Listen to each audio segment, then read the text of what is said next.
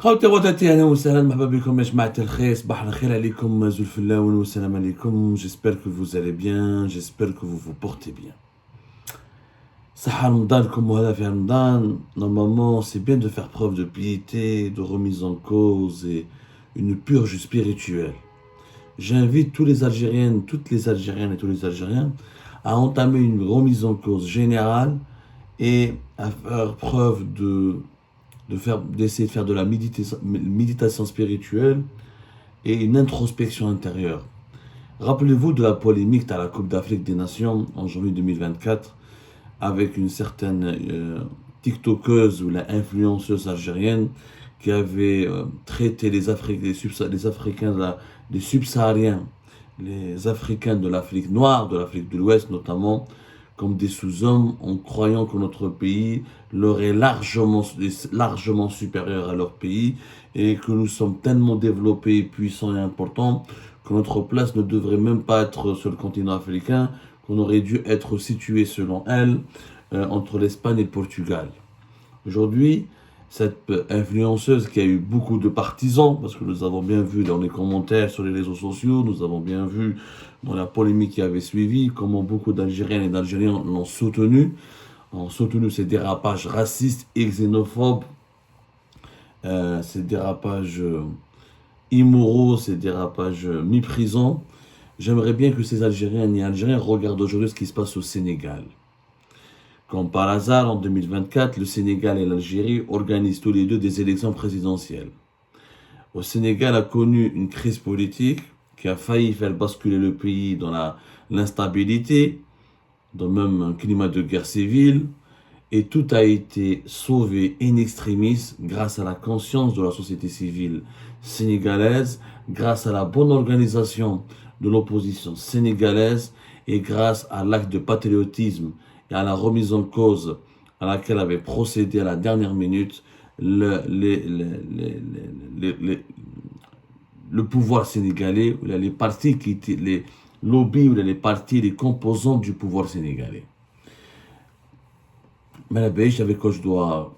Je sais, franchement, j'ai depuis hier, je regarde sans cesse les émissions, les vidéos, les images et les informations qui nous parviennent du Sénégal. Et je suis jeune.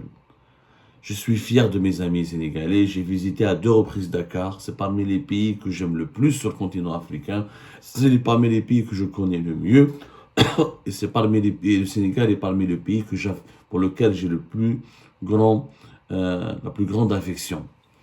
Le Sénégal et Ajma, ils ont élu un opposant de 44 ans dans une élection présidentielle avec un taux de participation de plus de 71%.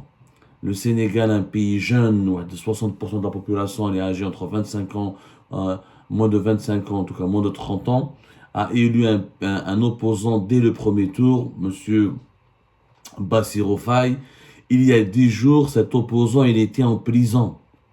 Il était en prison, vous vous imaginez, il a été libéré le 14 mars pour qu'il puisse participer à la campagne électorale. Le 24 mars, le dimanche 24 mars, il participe aux élections présidentielles. Et hier, le 25 mars 2024, il a été déclaré gagnant. Son concurrent direct, Amadou Ba, qui est le Premier ministre sortant, qui était le candidat du pouvoir, puisque le président sénégalais Macky Sall a été empêché après une série de protestations et une grande mobilisation populaire de l'opposition de l'empêcher de faire un 3e mandat. Amadou Ba, le candidat du pouvoir, a fini par reconnaître sa défaite et le Sénégal a connu une transition pacifique exceptionnelle. Un film émouvant qui démontre que lorsque les peuples se mobilisent, lorsque les peuples prennent en main leur destin, lorsqu'on a une classe politique structurée, lorsqu'on a des opposants, des vrais militants, avec une véritable culture politique, une culture militante, avec des véritables connexions avec la population, eh bien des pays africains peuvent se démocratiser. Le Sénégal est un exemple. Je vous rappelle que le Sénégal est en crise politique depuis 3 ans. Ils ont un président qui s'appelle Macky Sall, qui n'a pas un bilan catastrophique. C'est-à-dire, franchement, quand on compare le bilan de Macky Sall avec Abdelmadjid Tebboune, le Macky Sall, quand même, au cours de son premier mandat, il a redressé le Sénégal, il a fait du Sénégal l'un des pays les plus stables parmi les pays qui aspirent à l'émergence. Deuxième mandat, depuis la Covid-19, la pandémie de la Covid-19, il y a eu des mauvaises gestions, des erreurs de gestion et des problèmes économiques incroyables qui ont explosé, assez intenses, qui ont explosé au Sénégal avec une forte inflation, beaucoup de chômage et beaucoup d'immigration clandestine. Macky Sall voulait faire un troisième mandat, ses partisans ont essayé d'imposer une interprétation différente de la Constitution, ils ont essayé de même de trouver des subterfuges pour faire un troisième mandat et contourner l'interdiction de faire deux mandats successifs. Je ne rentre trop dans les détails. Ousmane Sonko, qui est son principal opposant, avec l'ensemble des forces de l'opposition sénégalaise, se sont mobilisés pour empêcher le troisième mandat de Macky Sall. Et tout a été fait pour obliger Macky Sall à renoncer à son troisième mandat. Dans la paix, il y a eu quelques émeutes en 2023. Il y a eu, pendant 3 ans, il y a eu des émeutes, il y a eu quelques crises cycliques, quelques tensions cycliques. Et Macky Sall a fini comme un patriote sincère. Il a bien vu que s'il faisait le troisième mandat, son pays sera très divisé et au bord du gouffre, et que beaucoup de Sénégalais veulent conserver, ils sont attachés à l'alternance au pouvoir. Parce que qu'est-ce que c'est que la démocratie si ce n'est l'alternance au pouvoir?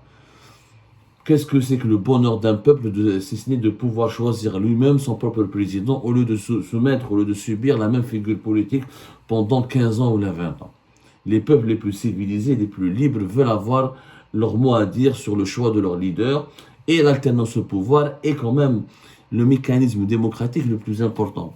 Parce qu'un président, un homme n'est pas omniscient. Un homme ou une femme, un être humain n'est pas omniscient. Il n'est pas surpuissant. Et à un moment donné, au bout de 10 ans, de 15 ans, il fait 100 ans, il a fait des erreurs, il a fait de son mieux. Et quelquefois, il a un bon bilan, quelquefois un bilan pas toujours satisfaisant, mais il faut qu'il y ait de l'alternance. L'objectif de l'alternance, c'est que on puisse donner la possibilité au peuple de choisir, de changer de leader, de changer de chef d'État, de changer de président, parce qu'on estime que on ne peut pas être un seul homme ne peut pas durer longtemps, et plus on dure au pouvoir, plus il y a l'usure du pouvoir, et plus il y a le risque de collectionner les échecs, mais aussi le risque de sombrer dans la dictature, dans le totalitarisme, dans la culture de l'abus, dans l'accumulation des privilèges illicites, où il y a une république bananière. C'est pour ça qu'il est important d'avoir une alternance, qu'un chef d'État ne puisse pas faire plus de 2 mandats. Un pays qui ne connaît qu'un seul chef d'État pendant 20 ans ou 25 ans, c'est des pays qui finissent toujours par sombrer dans des crises politiques, parce qu'il y a toujours des crises de succession, il y a la corruption dans son entourage qui s'installe. Ça devient des monarchies républicaines. Et il n'y aura plus de différence entre une monarchie et une république. La différence principale qui permettait aux républiques de prospérer, c'est quand même l'alternance au pouvoir. Et cette alternance au pouvoir, malheureusement, elle n'est pas respectée dans énormément de pays africains. Le Sénégal a une tradition démocratique. On se souvient comment Macky Sall a remplacé Abdoulaye Wade, comment Abdou Diouf avait été remplacé par Abdoulaye Wade. C'est pas nouveau, sauf que cette fois-ci, ça a été un scénario exceptionnel. Macky Sall a remporté les élections présidentielles au début. Elles étaient prévues parce que son mandat présidentiel se termine le 2 avril. Et lui, il avait reporté les élections présidentielles qui étaient prévues au mois de février dernier, vers le 26, à la fin du mois de février. Ils ont été reportés jusqu'au 15 décembre, prétextant des problèmes au niveau de la commission électorale, au niveau au niveau des juges qui devaient choisir qui devaient sélectionner ou valider les candidatures, parce qu'il y avait pas mal de candidatures, il y avait une véritable vitalité politique au Sénégal. Il y a eu 16 ou 17 candidats quand même aux élections présidentielles. Je vois la différence, frère. Je vois la différence bien ce que nous sommes en train entre l'Algérie d'aujourd'hui et l'Algérie d'aujourd'hui et le Sénégal d'aujourd'hui. Il y a eu 16-17 candidats. Encore une fois, un taux de participation de 71%. Mais en Algérie, quand les dernières élections, c'était 23%. Et je ne crois pas qu'au rythme actuel, dans le climat politique dans lequel évolue l'Algérie aujourd'hui, je ne crois pas que nous allons un jour égaler ne serait-ce que la moitié du taux de participation qui a été enregistré aux élections présidentielles sénégalaises. Bon, il y a eu le report des élections, grande mobilisation de l'opposition. Ensuite, les opposants ont été mis en prison. Plusieurs opposants ont été mis en prison. Menom Hada Bassirou Faye et comment il s'appelle, son mentor Ousmane Sonko. Ils ont été placés en détention. Ouad avait déjà été jugé, Ousmane Sonko. Donc, sa candidature aux élections présidentielles a été invalidée, son dossier avait été invalidé. Son bras droit, Hada Bassirou Faye, a été emprisonné, mais n'avait pas été encore jugé. Donc, il avait un casier judiciaire qui était toujours encore vierge, et c'est des affaires politiques, parce qu'il s'agit d'outrage à magistrat et à compte constitué. Il a fait de la prison, et il sort de prison le 14 mars, et c'est lui qui a été présenté, aux élections au nom du principal parti de l'opposition, le PASTEF, qui est le Parti des Patriotes Africains du Sénégal pour le travail, l'éthique et la fraternité. C'est le mouvement de gauche au Sénégal. Il se présente aux élections, et Ousmane Sonko, qui devait lui-même participer à ces élections, qui a été rejeté et dont la candidature a été invalidée juste pour une affaire de diffamation envers un ministre. Le pouvoir sénégalais, avec le pouvoir de Macky Sall, le clan Macky Sall, ont tout orchestré pour casser Ousmane Sonko, qui était l'opposant le plus populaire, et c'est lui qui était pressenti de gagner ces élections. Le pouvoir sénégalais pensait qu'en écartant Ousmane Sonko qu'il allait gagner. Il avait mal calculé son coup, puisque Bassirou Faye a fait une excellente campagne électorale. Les deux hommes, c'est très extraordinaire, qui se connaissent depuis 2007 et qui étaient des amis, Bassirou Faye ou Ousmane Sonko ont fait la campagne électorale ensemble pour ces élections présidentielles pendant 10 jours, et ils ont fini par gagner, par obtenir la majorité des voix des Sénégalais dès le premier tour. Quand même, je parle, 7 millions de personnes ont voté au Sénégal quand même. Et le corps électoral, c'est 7 millions de personnes, avec 71% de taux de participation. C'est quand même plus de 5 millions de personnes qui ont voté à travers 16 000 bureaux de vote répartis sur le territoire sénégalais. Extraordinaire scénario. Et à la fin, le poulain de Macky Sall, parce que Macky Sall, il ne pouvait pas participer, il ne pouvait pas faire un troisième mandat, il a utilisé son premier ministre, Amadou Ba, pour que son clan reste au pouvoir.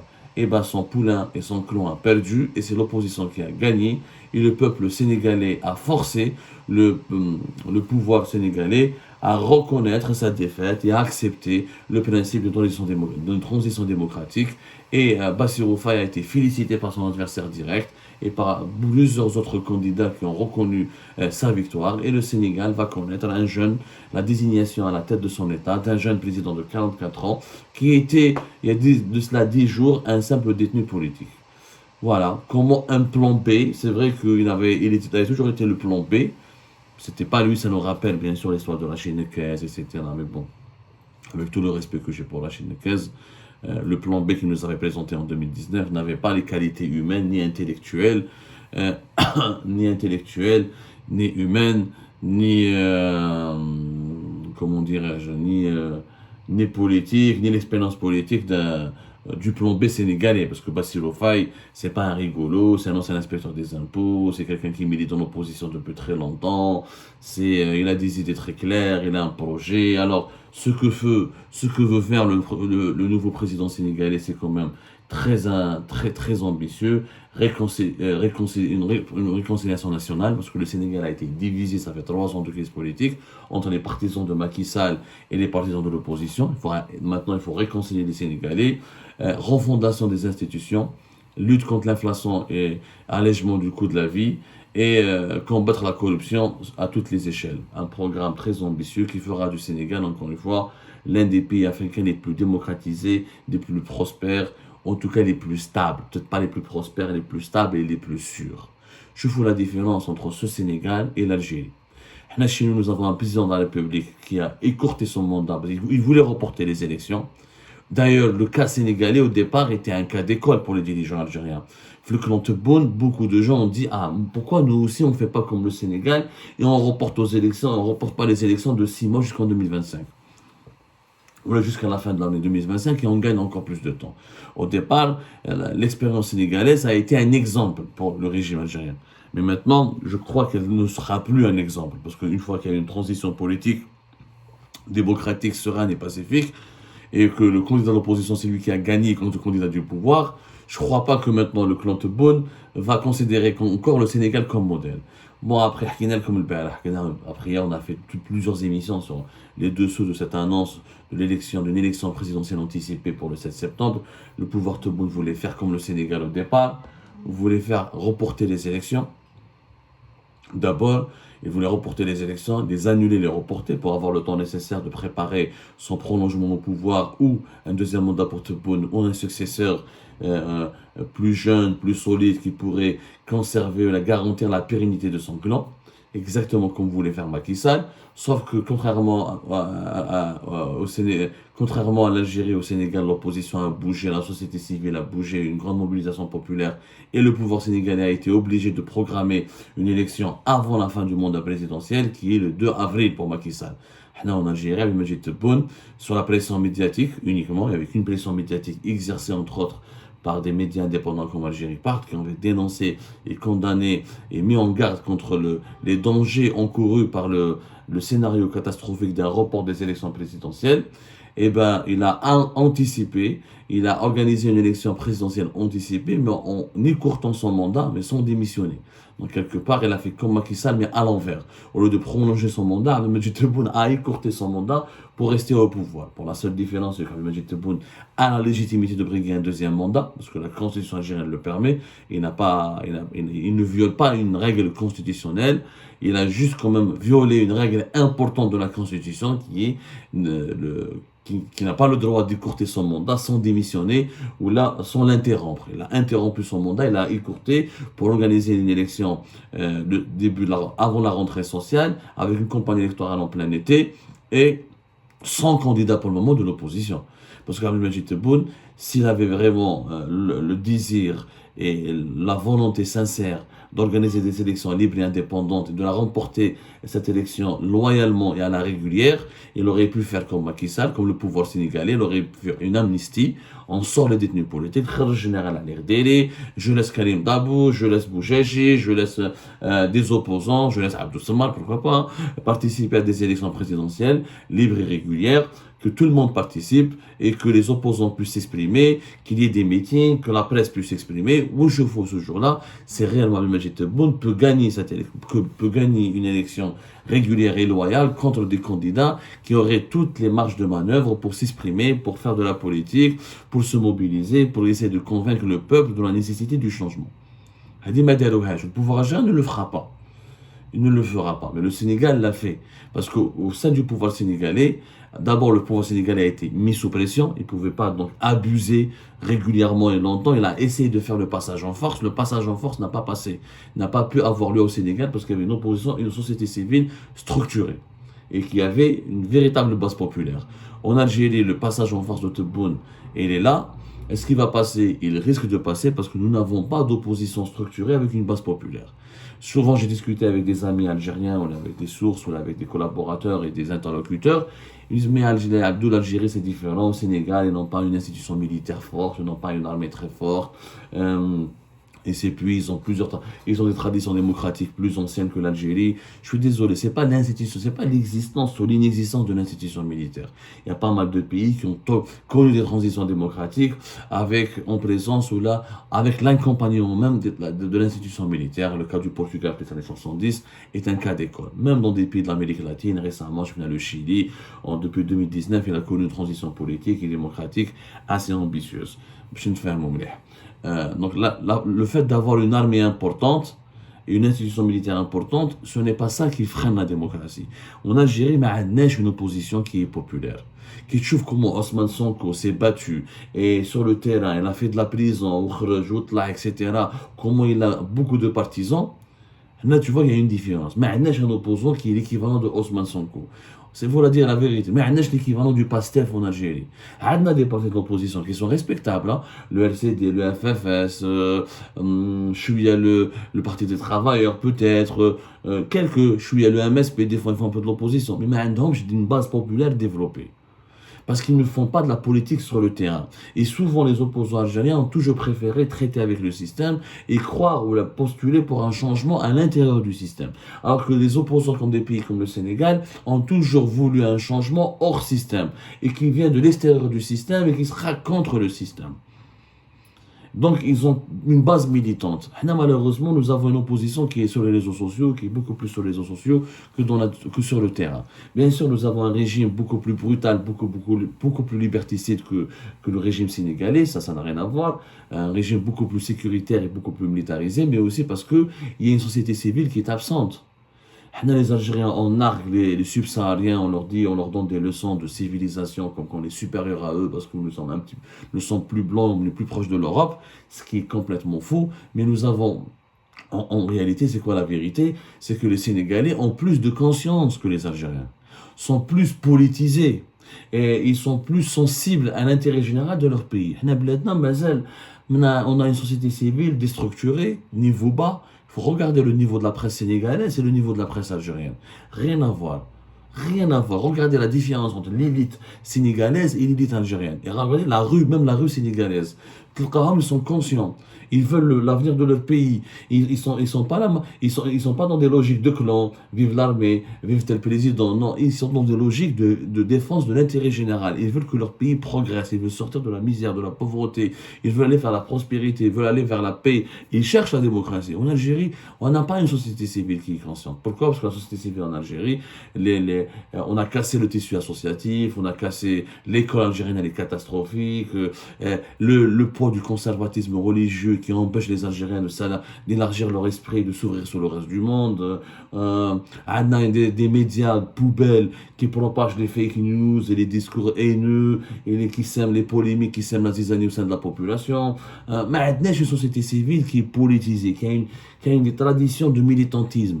Pour la vérité, mis à part quelques régions qui ont la Kabylie, un peu les grandes villes, Alger, un peu Ouargla, un peu quelques villes à l'est qui ont des traditions de lutte sociale, économique et politique, nous n'avons pas de société civile réellement politisée qui peut avoir une prise de conscience concernant l'importance d'engager un combat politique pour changer le système et pour changer les pratiques de mauvaise gouvernance.